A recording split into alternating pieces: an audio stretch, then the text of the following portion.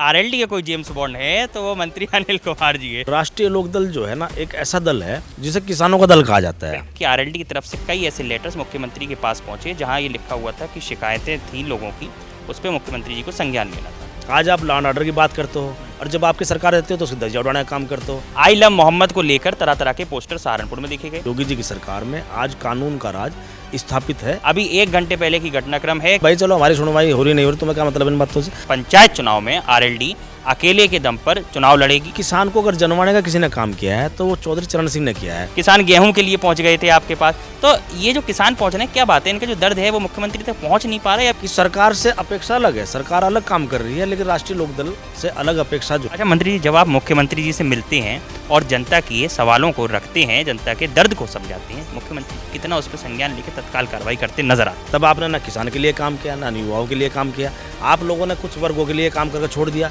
20 साल के सार्वजनिक जीवन में मैंने पर्सनल समस्या आज तक किसी मुख्यमंत्री के समक्ष नहीं रखी, ना इनके समक्ष रखी। उत्तर प्रदेश सरकार उत्तर प्रदेश को उत्तम प्रदेश बनाने की ओर अग्रसर है। इसी क्रम में उत्तर प्रदेश सरकार लगातार योजनाओं को ला रही है और उन्हें पटल पर लाने की तैयारी में जुटी हुई है, परंतु कुछ समस्याओं से भी उत्तर प्रदेश सरकार को सामना करना पड़ रहा है। इसी क्रम में बातचीत करने के लिए मेरे साथ आज मौजूद हैं उत्तर प्रदेश सरकार में लोकप्रिय और कद्दावर कैबिनेट मंत्री अनिल कुमार जी। अनिल कुमार जी, बहुत बहुत स्वागत है आपका। धन्यवाद भैया आपका। अनिल जी, सबसे पहला सवाल, उत्तर प्रदेश सरकार में योगी आदित्यनाथ का ये संकल्प है कि उत्तर प्रदेश उत्तम प्रदेश बने, और उत्तम प्रदेश बनाने के लिए जो सरकार प्रतिबद्धता दिखा रही है वो पटल पर कितनी जाहिर हो रही है? ये सही बात है। माननीय मुख्यमंत्री जी बहुत मेहनत कर रहे हैं और मेहनत के साथ साथ में उत्तर प्रदेश की जनता का भी सहयोग मिल रहा है उसका, क्योंकि उसका प्रमाण हमारे सामने है। किसी सरकार को दोबारा मौका देना उत्तर प्रदेश जैसे राज्य में, तो ये एक बड़ी बात है। तो उत्तर प्रदेश की जनता भी चाहती है कि उत्तर प्रदेश जो है एक उत्तम प्रदेश बने, विकसित प्रदेश बने। और माननीय मुख्यमंत्री जी ने एक विजन डॉक्यूमेंट जो है उत्तर प्रदेश जनता के सामने पेश भी किया है। 24 घंटे अनवरत जो है उस पर विधानसभा के अंदर चर्चा भी हुई है। वो एक जो है एक विज़न जो है पूरी जनता के सामने एक जो है लक्ष्य रखा है कि हमें जब देश आज़ादी के जब देश को 100 वर्ष हो जाए, तब हमारा देश और विशेषकर उत्तर प्रदेश जो 5वां हिस्सा एक तरह से देश का है विकसित होना चाहिए। तो ये एक बड़ी बात है। मान लो जो है प्रदेश जो है निरंतर जो है जनता के हित में काम कर रही है। अनेकों कल्याणकारी योजनाएं भी चल रहे हैं जिनको बिना किसी भेदभाव के, बिना किसी धार्मिक भेदभाव के, बिना किसी जातीय भेदभाव के सभी योजनाओं का लाभ भी मिल रहा है। तो समय समय पर अच्छे निर्णय जो है हो रहे हैं। और सबसे बड़ी बात, किसी भी सरकार के लिए जो चुनौतीपूर्ण विषय होता है वो होता है लॉ एंड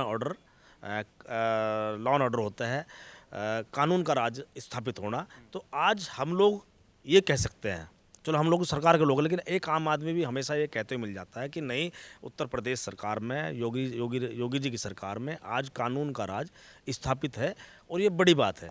अच्छा मंत्री जी, लॉ एंड ऑर्डर एक ऐसी चीज़ होती है तो किसी भी पूर्ण बहुमत की सरकार को, स्थापित सरकार को हिला देती है अगर कानून व्यवस्था खराब हो।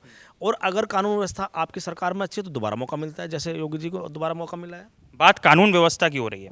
मंत्री जी, अभी चूंकि आप बिलोंग करते हैं पश्चिम उत्तर प्रदेश से, और अभी हाल ही में मुद्दा आया आई लव मोहम्मद को लेकर तरह तरह के पोस्टर सहारनपुर में देखे गए। अभी 1 घंटे पहले की घटनाक्रम है कि बरेली में एक बड़ी भीड़ पहुंच जाती है मस्जिद के बाहर और नमाज के बाद पहुंच जाती है, जहां पुलिस को लाठीचार्ज करना पड़ता है आई लव मोहम्मद के पोस्टर लेके और नारे लेकर। क्या कहना चाहेंगे इस पर, लॉ एंड ऑर्डर? देखो मेरी बात सुनो, मेरी आस्था किसी चीज़ में है। हर व्यक्ति किसी ना किसी हर आदमी धार्मिक प्रवृत्ति का है देश के अंदर। कोई किसी धर्म को मानता है, कोई किसी धर्म को मानता है, लेकिन उसका अगर हम दिखावा करें मेरे हिसाब से उचित नहीं है। उसका दिखावा नहीं करना चाहिए। फिर आई लव मोहम्मद और फिर आई लव महादेव, मैं वही तो कह रहा हूँ, दिखावा करना कि हम ये कर रहे हैं या ये हमारा नारा दे रहे हैं और उसको लेकर फिर मान लो कहीं भीड़ व्याप्त होना, तो मेरे हिसाब से वो ठीक नहीं है। अब चूंकि आप आरएलडी से बिलोंग करते हैं, आरएलडी की अपनी एक पृष्ठभूमि है। बात की जाती है, अभी जयंत चौधरी उत्तर प्रदेश आते हैं, एक बड़ी बैठक को संबोधित करते हैं, उसके बाद ये फैसला भी लिया जाता है कि पंचायत चुनाव में आरएलडी अकेले के दम पर चुनाव लड़ेगी। क्या कुछ नीतियां रहेंगी और कैसे आरएलडी अपने आप को सशक्त बनाने की? देखो, चौधरी साहब ने निर्णय यही लिया है कि जो पंचायत का जो चुनाव है हम लोग अलग लड़ेंगे। अच्छा, उसका कोई विषय ऐसा नहीं है कि मान लो कहीं गठबंधन से अलग लड़ रहे हैं। ये जो है ये निचले स्तर के चुनाव है, पंचायत चुनाव है, एक लोकल चुनाव है, लोकल बॉडी के चुनाव है, और इसमें कोई सिंबल पे चुनाव तो होता नहीं। बिल्कुल। समर्थित उम्मीदवार सभी पार्टियां घोषित करती हैं।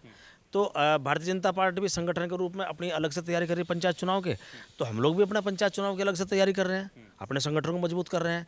कल को भविष्य में कोई बात अगर बनती है दोनों पार्टियों में, सम्मान जाने की स्थिति में कोई बात बनेगी तो इकट्ठे लड़ लेंगे, उसमें क्या दिक्कत है। और नहीं तो अपना आप अपने अलग लड़ लेंगे। विधानसभा और लोकसभा तो गठबंधन है ही। बिल्कुल। अब चूंकि आप लोग बड़ा मुखरता से बात करते हैं और आरएलडी के नेताओं को ये कहते हुए सुना जाता है कि जनता का जो हित है वो सर्वोपरि है। पार्टी कोई सी भी हो, चाहे समाजवादी पार्टी हो, चाहे भारतीय जनता पार्टी हो, जो इसकी भी सरकार हो, उससे मतलब नहीं, जनता का हित सर्वोपरि है। तो ये जो जनता जब पहुंचती है आपके पास, और कई बार अभी देखा गया जैसे गन्ने किसान पहुंचे, गन्ने की मांग को लेकर पहुंचे, एमएसपी के लिए पहुंचे, किसान गेहूं के लिए पहुंच गए थे आपके पास, तो ये जो किसान पहुंच रहे हैं, क्या बात है, इनका जो दर्द है वो मुख्यमंत्री तक पहुंच नहीं पा रहा है, अभी भी कुछ कार्य करने की अधिकारियों की तरफ से जरूरत है? ऐसा नहीं है। सरकार केंद्र की हो या सरकार राज्य की हो, किसानों के लिए अच्छे काम हो रहे हैं। लेकिन राष्ट्रीय लोकदल जो है ना, एक ऐसा दल है जिसे किसानों का दल कहा जाता है।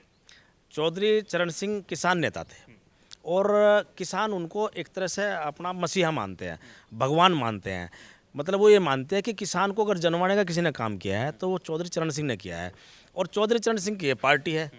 तो वो अपेक्षा राष्ट्रीय लोकदल से वो अलग तरीके से करते हैं कि सरकार से अपेक्षा अलग है, सरकार अलग काम कर रही है, लेकिन राष्ट्रीय लोकदल से अलग अपेक्षा जो है किसान वर्ग करता है। तो वो उम्मीद ये करता है कि राष्ट्रीय लोकदल हमारी बातों को उठाए, और राष्ट्रीय लोकदल ने हमेशा अपनी बात मजबूती से किसान के हक में, युवाओं के हक में, दलित वंचित पिछड़ों के हक में हमेशा मजबूती से उठाने का काम भी किया है। राष्ट्रीय लोकदल का गठबंधन चाहे किसी भी पार्टी से रहा हो, चाहे भाजपा से रहा हो या किसी अन्य पार्टी से रहा हो, लेकिन जो किसान का और युवाओं का, जो किसान का मेरा वर्ग का जो हित है वो सर्वोपरि रहा है, उसे प्राथमिकता पर रखने का हमेशा राष्ट्रीय लोकदल ने काम किया है। और उसी परिप्रेक्ष्य में किसान अपेक्षा करता है। और जैसे मान लो बहुत सारे विषय हैं, मान लो सरकार ने समय समय पर गन्ने का रेट बढ़ाया भी है, लेकिन राष्ट्रीय लोकदल के शामिल होने के बाद में वो ज़्यादा अपेक्षा करते हैं राष्ट्रीय लोकदल इधर आ गई तो भाई ये भाव होना चाहिए। तो हम लोगों ने भी चौधरी जैन जी के निर्देश पर माननीय मुख्यमंत्री से, हम सभी जनप्रतिनिधि, एमपीज और एमएलए सब लोग मिले थे और मुख्यमंत्री से अनुरोध किया था। जो बात किसानों की थी, उस किसानों की बात एज इट इज़ मुख्यमंत्री के समक्ष कही। मुख्यमंत्री जो उसमें हम लोगों को आश्वासन भी दिया है कि उचित समय पर सही निर्णय उसमें होगा। अच्छा मंत्री जी, जब आप मुख्यमंत्री जी से मिलते हैं और जनता के सवालों को रखते हैं, जनता के दर्द को समझाते हैं, मुख्यमंत्री जी कितना उस पर संज्ञान लेकर तत्काल कार्रवाई करते नजर आते हैं? नहीं, मुख्यमंत्री जी खुद एक तरह से बड़े किसान हैं। मतलब जो है, जो हम गन्ने की बात मुख्यमंत्री के सामने रखते हैं तो वो भी मान लो जो है काफ़ी बड़ा, मतलब गन्ना क्षेत्र है। गोरखपुर जो बेल्ट है वो भी गन्ना क्षेत्र है। उनके भी यहाँ जो उसकी आश्रम की ज़मीन है, उनके मठ की जो ज़मीन है, काफ़ी ज़मीन है, उसमें भी उन्होंने बताया कि उनके यहाँ 25,000 कुंटल गन्ना पैदा होता है। तो खुद उनसे भली बात है, तो फिर किसान की पीड़ा कोई समझ ही नहीं सकता। तो किसान के साथ खड़े हैं। बहुत सारी बातें होती हैं शासन प्रशासन में, लेकिन निश्चित रूप से किसानों के हित में निर्णय हमेशा सरकार ने लिए हैं और आगे भी लेंगी। अच्छा मंत्री जी, क्या लगता है सबसे बड़ा चैलेंज आपके समक्ष क्या आता है उत्तर प्रदेश में? क्योंकि कई बार ये कह दिया जाता है कि जो अधिकारी होते हैं वो सुनवाई नहीं करते मंत्रियों की, या मुख्यमंत्री ने जो आदेश दिया वो ब्यूरोक्रेसी जो होती है पालन नहीं करवा पाती। क्या कहीं ना कहीं अधिकारियों की जो हस्तक्षेपता होती है वो संदेह पूर्वक नजर आती है? नहीं, ऐसा कुछ नहीं है। जो होने वाले काम है वो सब होते हैं। जितनी सुनवाई होनी चाहिए वो सुनवाई होती है। हम लोग तो शिकायत, इस बात की कोई शिकायत नहीं कर रहे हैं। हमसे ज़्यादा विपक्ष बड़ा उठाते हैं कि नहीं, इनकी सुनवाई नहीं हो रही, उनकी सुनवाई नहीं हो रही। अरे भाई चलो, हमारी सुनवाई हो रही नहीं हो रही, तुम्हें क्या मतलब इन बातों से? वो इस बात को दर्शाने की कोशिश करते हैं कि सत्ता पक्ष के लोगों की सुनवाई। सत्ता पक्ष के लोगों के सारे काम होते हैं, पूरा सम्मान है, कोई दिक्कत परेशानी नहीं है। विपक्ष ज़्यादा इस बात को लेकर चिंतित ना रहे कि हमारा क्या हो रहा। सरकार अपना सही काम कर रही है। आप लोग जब सरकार में थे तब आपने सही काम किया नहीं, तब आपने ना किसान के लिए काम किया, ना युवाओं के लिए काम किया। आप लोगों ने कुछ वर्गों के लिए काम करके छोड़ दिया, इसलिए आपको दोबारा प्रदेश की जो जनता है इसलिए दोबारा आपको मौका नहीं दे रही। आज आप संविधान बचाने की बात करते हो, आरक्षण बचाने की बात करते हो, और जब आप सरकार आती है तब उसके धज्जियां उड़ाने का काम करते हो। आज आप लॉ एंड ऑर्डर की बात करते हो, और जब आपकी सरकार रहती है तो उसके धज्जियां उड़ाने का काम करते हो। तो ये सारी बातें जो है उत्तर प्रदेश जनता का भूलनी नहीं है। इनका जल्दी सा नंबर कहीं आने वाला नहीं है। तीसरी बार भी एनडीए की सरकार, पूरे एनडीए की पूरी सरकार जो पूर्ण बहुमत के साथ में, 2/3 बहुमत के साथ में फिर तीसरी बार उत्तर प्रदेश जनता मौका देगी, मुझे पूरा मंत्री जी, एक जब अभिग्रह होता है तो एक ये देखा जाता है कि मतलब जब आप मंत्रालय संभाल रहे हैं तो कुछ ना कुछ चैलेंजेस तो सामने आते ही होंगे। जाहिर सी बात है कि भाई इतनी बड़ी जब कमान संभाली जाएगी तो सब चीज़ तो कुशल नहीं हो सकती, कुछ चैलेंजेस भी होंगे। वो चैलेंज मंत्री जी क्या होते हैं चैलेंज तो देखो हर काम में होता है। आपके विभाग में सबसे बड़ा चैलेंज? जो गरीब आदमी होता है, जो एक सुबह कमाता है शाम को खाता है, उसके सामने बहुत सारे चैलेंजेस होते हैं। वो अपने चैलेंजेस को अपने तरीके से टैकल करता है। जब आदमी मान लो मिनिस्टर बनता है, कैबिनेट मिनिस्टर बनता है, तो विभाग में बहुत सारे होते हैं सब। मान लो जो है एक नई सोच के साथ में हम लोग को उसमें काम करना पड़ता है। मान लो जब मिनिस्टर बनता है तो वो कोशिश करता है कि जो सरकार की प्राथमिकताएं हैं वो उनको लागू करने की कोशिश करे। तो जो मुख्यमंत्री जी का आदेश निर्देश है, उनसे प्राथमिकता को हम अपने विभाग में लागू करने की कोशिश करते हैं। मंत्री जी, विज्ञान को युवाओं से कैसे जोड़ रहे हैं अपने विभाग? विज्ञान को लेकर बहुत सारे कार्यक्रम हमारे विभाग में चलते हैं। बहुत सारे प्रोजेक्ट्स आते हैं यूनिवर्सिटीज़ से, उनको हम जो है सैंक्शन करते हैं। और बहुत सारी फेलोशिप भी दी जाती हैं। और नई टेक्निक, नई सोच के साथ में हमारा विभाग काम कर रहा है। मान लो कृषि क्षेत्र में भी हम लोग काम कर रहे हैं, और नगर निगम में, इनमें निगमों वगैरह में डिजिटल मैपिंग भी हम लोग कर रहे हैं। तो एक देखो आज का ज़माना एआई का ज़माना है, डिजिटल है, टेक्निकल है। तो हर चीज़ में टेक्निकल यूज़ कैसे हो, उस पर भी हमारा विभाग जो है एक तरह से काम करता है। तो बहुत सारी चीज़ें हैं जिनको लेकर हम लोग। एक आखिरी सवाल मंत्री जी, उत्तर प्रदेश में चूँकि सियासी पारा इस समय चढ़ा हुआ है, और इसलिए चढ़ा हुआ है क्योंकि आने वाले समय में पंचायत का चुनाव है, उसके बाद विधानसभा का चुनाव है। विपक्ष लगातार हमला कर रहा है। अभी हाल ही में देखा गया कि आरएलडी की तरफ से कई ऐसे लेटर्स मुख्यमंत्री के पास पहुंचे जहां ये लिखा हुआ था कि शिकायतें थी लोगों की, उस पर मुख्यमंत्री जी को संज्ञान लेना था। परंतु मुख्यमंत्री जी ने कितना संज्ञान लिया? आप भी हाल ही में मुख्यमंत्री जी से मिलके भी आए थे कुछ हफ्ते पहले, और मुख्यमंत्री जी के समक्ष आपने अपनी समस्याएं भी रखी थी कि ये समस्याएं हैं। उस पर मुख्यमंत्री ने कितना संज्ञान लिया, और कितनी जल्दी आपको लगता है कि तत्काल उस पर कार्रवाई अमल में लाई जा रही? देखो मुख्यमंत्री के सामने हमको अपना व्यक्तिगत मामला तो लेकर जाते नहीं है ना। जो भी मामला लेकर जनता, आज तक 20 साल के सार्वजनिक जीवन में मैंने पर्सनल समस्या आज तक किसी मुख्यमंत्री के समक्ष नहीं रखी, ना इनके समक्ष रखी। जनता की बात, किसानों की बात वही लेकर जाते हैं, उसे वो गंभीरता सुनते हैं और उन पर कार्रवाई भी होती है।